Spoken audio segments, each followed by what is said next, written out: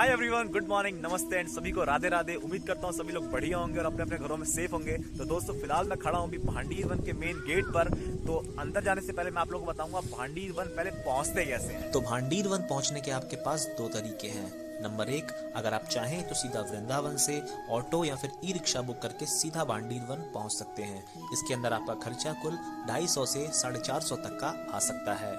तो बात करें हमारे दूसरे तरीके की, तो पहले आपको वृंदावन से अटल्ला चुंगी तक पहुंचना होगा और फिर अटल्ला चुंगी से मार्ट के लिए आपको एक ऑटो करना होगा और मार्ट पहुंचने के बाद आपको एक और रिक्शा या फिर ऑटो करके भांडीर वन पहुंचना होगा। ये रास्ता थोड़ा लंबा होगा लेकिन आपके लिए ये सस्ता पड़ेगा। तो दोस्तों फाइनली मैं आ चुका हूँ भांडी वन में और अभी खड़ा हूँ भांडी वन के। यहाँ पे छोटा सा एक ग्राउंड है यहाँ पे, और यहाँ पे प्रभु श्री कृष्ण की बहुत सारी लीलाएं हुई हैं। और सबसे बड़ी बात गाइस, हमारे श्री कृष्ण और श्रीमती राधा रानी का विवाह हुआ था। बहुत से लोग प्रश्न उठाते हैं कि क्या रिश्ता था उनका, क्या था, बहुत उल्टा सीधा बोलते हैं, लेकिन नहीं गाइस, ये जगह, ये जिस स्थान पे खड़ा हूँ मैं, ये यहाँ का प्रूफ है कि यहाँ पे श्री कृष्ण का और श्रीमती राधा रानी का विवाह हुआ था। और इस विवाह को कराया था हमारे स्वयं ब्रह्मा जी ने। तो आप कह सकते हो यहाँ पे सबसे बड़ा विवाह इस धरती का यहीं पे हुआ था। और यहाँ के जो रहने वाले लोग हैं, यहाँ के लोग तो खुल के जब छाती में ठोक के कहते हैं हमारे श्री कृष्ण का विवाह हुआ है तो बस श्रीमती राधा रानी से ही हुआ है और किसी से नहीं हुआ है, जो कि बिल्कुल सच बात है गाइज। और भी आपकी बहुत सारी लीला है जो आपको बताने वाला हूँ मैं इस वीडियो में। तो वीडियो में जुड़े रहना गाइज, बहुत ही मजा आने वाला है आप लोगों को। और आप लोग इससे घर बैठे बैठे दर्शन कर रहे हो, क्योंकि यहाँ पहुंचना ही बहुत बड़ी बात है। यहाँ पे हर कोई पहुंच ही नहीं सकता, हर किसी की एंट्री नहीं है यहाँ पे। जब तक श्रीमती राधा रानी नहीं चाहती यहाँ पे आप पहुंच नहीं सकते हो यहाँ पे। और यहाँ पे वही लोग पहुंच पाते हैं जो 5000 साल पहले जब हमारे श्री कृष्ण का विवाह हुआ था यहाँ पे, उस वक्त किसी भी रूप में थे यहाँ पे, तभी आप यहाँ पे आ सकते हो, नहीं तो आप यहाँ पे पहुंच ही नहीं सकते हो। तो गाइस कमेंट में राधे राधे स्पैम हो जाना चाहिए। और जो दूसरी लीला यहाँ पे हुई है दोस्तों, वो बहुत ही यूनिक है। तो हुआ कुछ ऐसा था कि एक बार श्री कृष्ण अपने ग्वालबाल के साथ बैठे हुए थे और सारे जो ग्वालबाल थे वो बोले थे हमारे श्री कृष्ण को बल युद्ध में हराना मुश्किल ही नहीं, मतलब नामुमकिन है। और ये बात हमारी गोपियों ने सुन ली, राधा रानी के मित्रों दोस्तों ने सुन लिया। और फिर उन्होंने बोला कि नहीं, ऐसा तो नहीं है, हमारी श्रीमती राधा रानी किसी से कम थोड़ी है। वही बात हमारी छोरियां चोरों से कम है के। तो ऐसा ही कुछ हुआ था। तो यहीं पे हमारे श्री कृष्ण का और श्रीमती राधा रानी का मल्ल युद्ध हुआ था एंड ऑफ कोर्स इनका युद्ध हुआ था, तो श्रीमती राधा रानी जीत गई थी। और गाइस जो यहाँ पे तीसरी लीला हुई थी वो ये है, मेरे पीछे आप देख सकते हो। एक बार हमारे श्री कृष्ण ने एक जो गाय का बच्चा होता है उसका वध कर दिया था। एक्चुअली वो गाय का बच्चा नहीं था, वो कंस ने एक राक्षस भेजा था जो गाय के बछड़े के रूप में आया था। तो श्री कृष्ण ने उसका वध कर दिया था। और जब इसका वध किया था तो जितने भी ग्वाल बाल थे, जितने भी लोग थे वहाँ पे, सबने कृष्ण जी को बोला नहीं, तुमने बहुत बड़ा पाप कर दिया है, तुमने गौ हत्या कर दी है, तो आपको बहुत शुद्ध होना पड़ेगा। तो प्रभु श्री कृष्ण बोले कि अब शुद्ध कैसे होंगे। तो लोगों ने, जितने भी लोग थे वहाँ पे, उन्होंने ये कहा कि आप जितनी भी पवित्र नदियां हैं यहाँ पे, वहाँ जाइए, स्नान करके आइए। तो लेकिन भैया अपने कान्हा जी बोले मैं कहीं नहीं जाऊंगा, यहाँ को छोड़ के मैं वृंदावन छोड़ के जाऊंगा ही नहीं यहाँ से। तो भैया उन्होंने क्या किया, अपनी जो बांसुरी होती है उसको लिया और जमीन में डाला और वहां से जितनी भी पवित्र नदियां थी उनको प्रकट कर दिया। उस जगह का नाम आज वेणुकूप है, वहीं पे मौजूद है, आपको दिखाऊंगा अभी।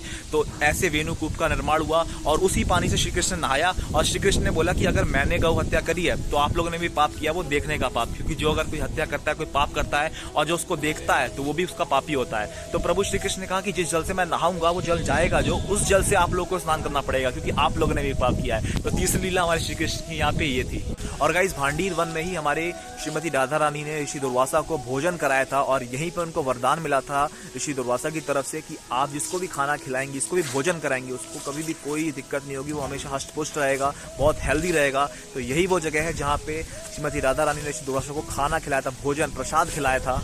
और मैं भी आप लोगों को वो स्थान भी दिखाऊंगा जहाँ पर बैठकर हमारे श्री कृष्ण और श्रीमती राधा रानी का विवाह हुआ था, जहाँ पे उन्होंने फेरे लिए थे। इस वीडियो में बहुत ही मजा आने वाला है, वीडियो को एंड तक देखना, मैं पूरा आपको पूरा डिटेल में दिखाऊंगा। एंड सबसे बड़ी बात गाइस, यहाँ पे जो मूर्ति है, जो हमारे प्रभु श्री कृष्ण और राधा रानी की मूर्ति प्रतिमा है, वो एक लौती ऐसी मूर्ति है जहाँ पे श्रीमती राधा रानी और श्री कृष्ण ऐसे खड़े हैं जैसे श्री कृष्ण सिंदूर लगा रहे हैं श्रीमती राधा रानी को। एंड वो अपनी जो पैर होते हैं हमारे, उसके थोड़ा उचक के खड़े हैं, क्योंकि हमारे श्री कृष्ण थोड़े छोटे थे श्रीमती राधा रानी से, उम्र में भी और हाइट में भी। तो गाइस यहाँ की जो मूर्ति है वो बहुत ही स्पेशल है, मैं आपको दिखाने की पूरी कोशिश करूंगा। वीडियो में जुड़े रहना, बहुत ही आनंद आने वाला है, क्योंकि मेरे को सच में बहुत आनंद आ रहा है यहाँ से ब्लॉग बनाने में। यहाँ की वाइब्स, यहाँ का माहौल बहुत ही सुंदर है गाइस, बहुत ही सुंदर।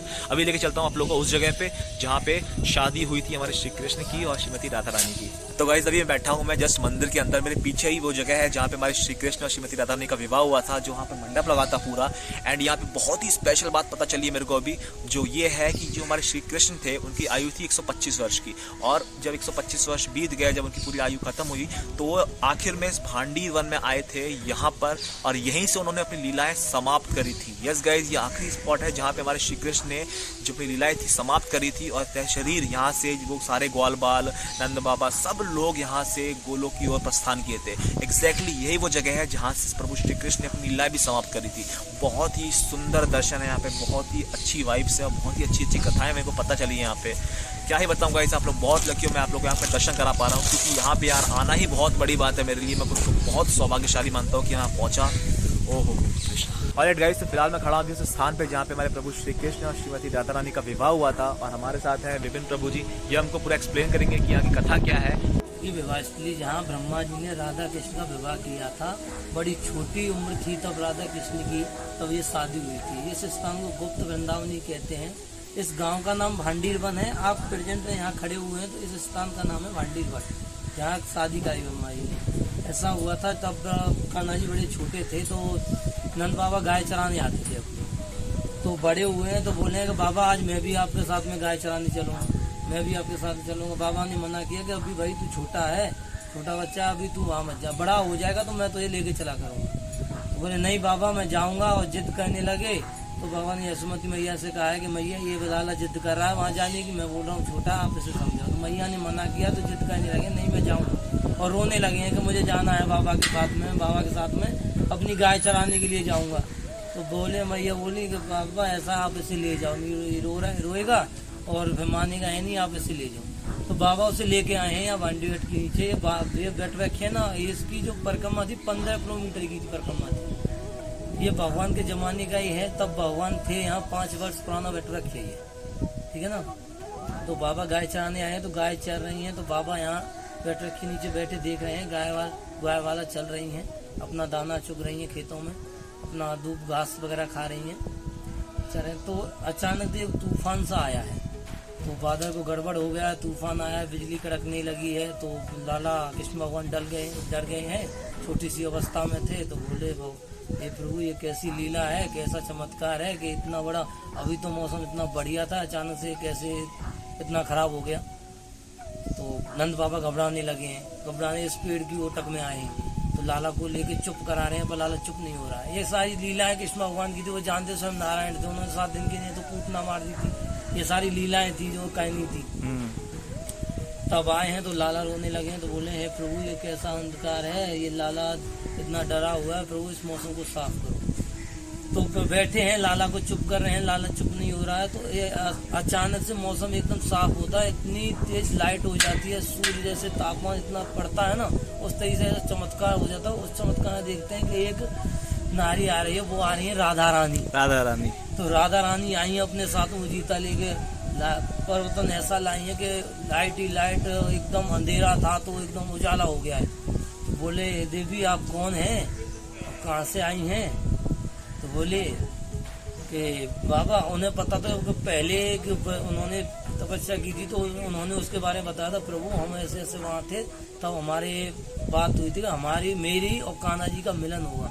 उन्हें अपनी अपनी पुरानी गाथा थी वो बताई है। तो बाबा को ध्यान आ गया, हाँ ये थी, ये लीला हुई थी, तब वहाँ ये वचन दिए थे कि हमारी आप आएंगे तो अपन शादी होगी, आपकी राधा रानी जी थे।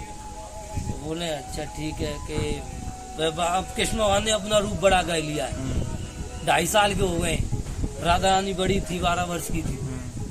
तो बोले कि बाबा मेरी शादी करा दो। बोले अभी तेरी छोटी सी उम्र है, अभी से शादी का क्या करेगा, शादी की बड़ी पड़ी है। तो बाबा शादी का, तो उन्हें पुराने जो रहस्य था राधा रानी ने बताया है, जो उन्हें याद दिलाया है।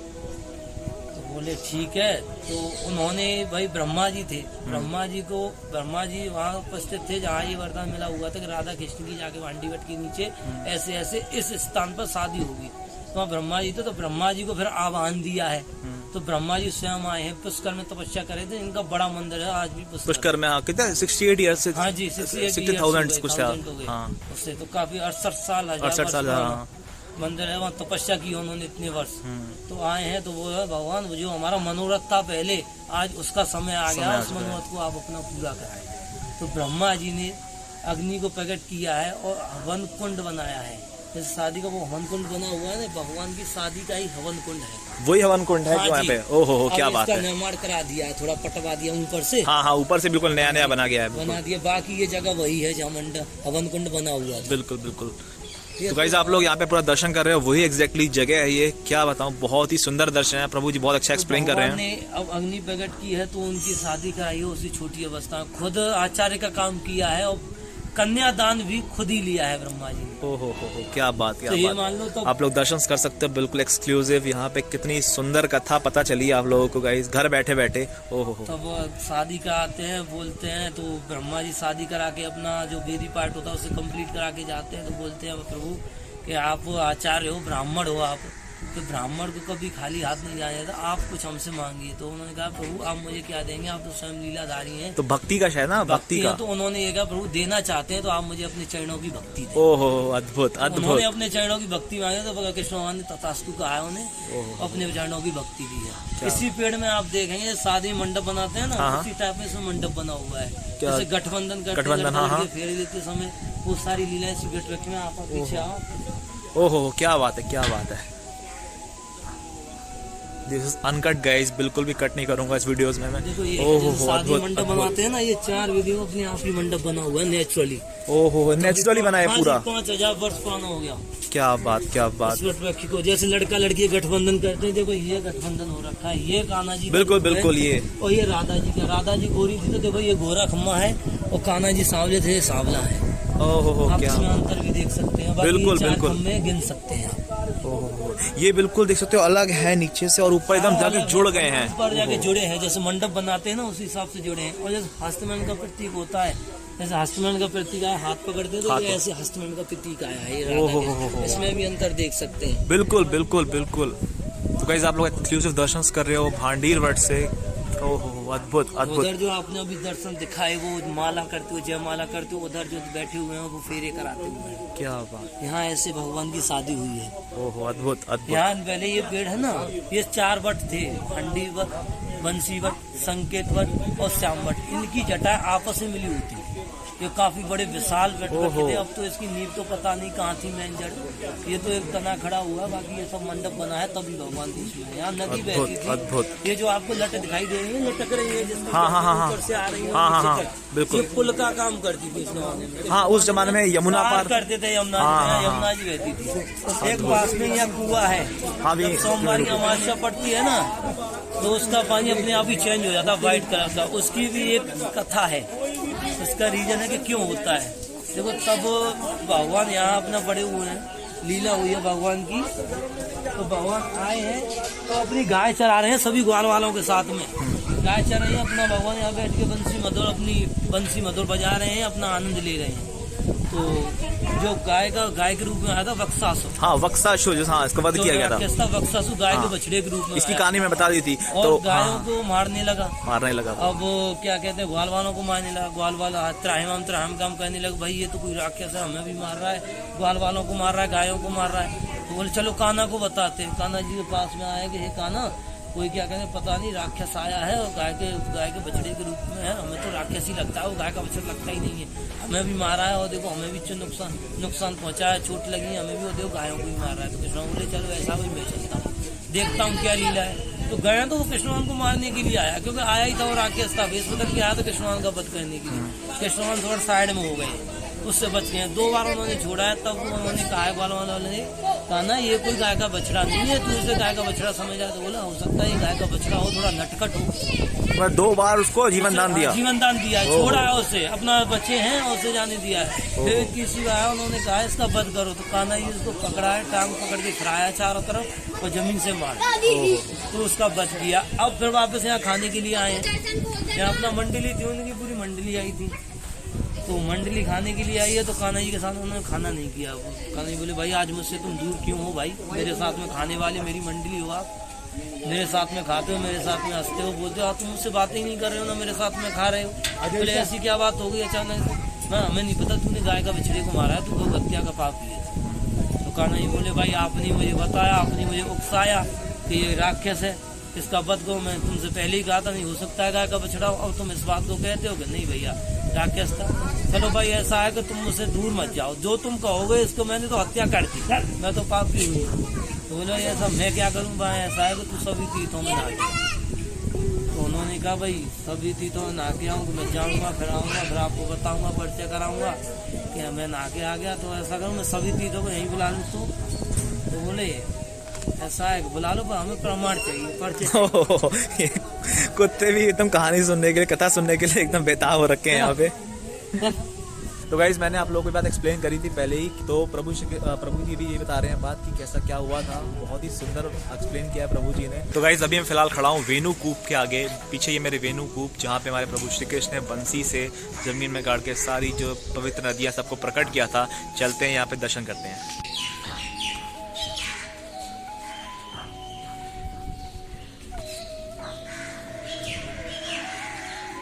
तो फिलहाल मैं खड़ा हूँ वेणु कूप में, मेरे पीछे एक कुआं है, और आप लोगों को भी यहाँ से जो जल होता है हमको नसीब से हम भूल गया है, आपको डाल लेंगे। आप लोग भी डाल लीजिए, घर बैठे बैठे आप लोगों को यहाँ के दर्शन हो रहे हैं गाइस।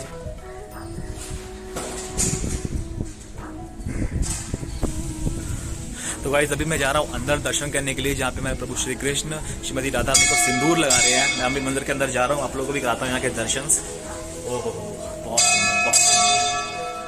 तो गाइस अभी आप लोग एक्सक्लूसिव दर्शन कर रहे हो हमारे प्रभु श्री कृष्ण और श्रीमती राधा रानी के। आप लोग देख सकते हो यहाँ पे प्रभु श्री कृष्ण श्रीमती राधा रानी को सिंदूर लगा रहे हैं, और मैंने सुना है वो थोड़ा उचक कर खड़े हैं। प्रभु जी से पूछता हूँ अगर बता पाए तो। प्रभु जी यहाँ पे जो हमारे श्री कृष्ण भगवान है ये थोड़ा उचक कर खड़े हैं ना श्रीमती राधा रानी को सिंदूर लगाते हुए। राधा रानी उम्र में 11.5 महीना पड़ी थी। हाँ तो भगवान ने अपने पैरों के बल पर खड़े होकर के सिंदूर लगाया। ओहो हो। जैसा कि देख सकते हो बहुत ही अद्भुत ना दृश्य है यहाँ पे, बहुत ही सुंदर दर्शन है गाइस। आप देख सकते हो राधा रानी की कृपा सभी पे लगे, सभी को ब्लेसिंग्स मिले। बहुत ही सुंदर दर्शन है, आप लोग भी एक बार यहाँ पे दर्शन करिए, बहुत ही सुंदर। ओहो हो।